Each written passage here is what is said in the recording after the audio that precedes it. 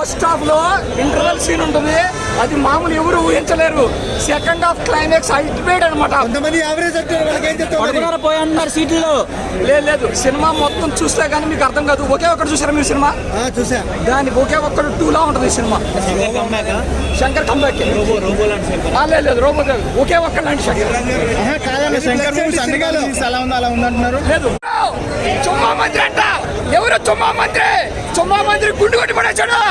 చుమ్మా మంత్రికి గుండు కొట్టి పడేశాడు. అక్కడ గేమ్ చేంజర్, అన్ప్రిడిక్టబుల్. కానీ చుమ్మా మంత్రికి గుండు కొట్టి పడేశాడు. అక్కడ చుమ్మా మంత్రికి గుండు కొట్టి పడేశాడు. అక్కడ ఎక్కడ గుండు కొట్టి పడేశాడు? చుమ్మా మంత్రికి ఎక్కడ గుండు కొట్టి పడేశాడు? అందుకే చెప్తాను మేము గొప్ప డైరెక్టర్ చెప్తున్నాం. అలా కాదు, టెక్నికల్ లేని కాలంలో శంకర్ గారు చాలా గొప్ప గొప్ప సినిమాలు తీశారు.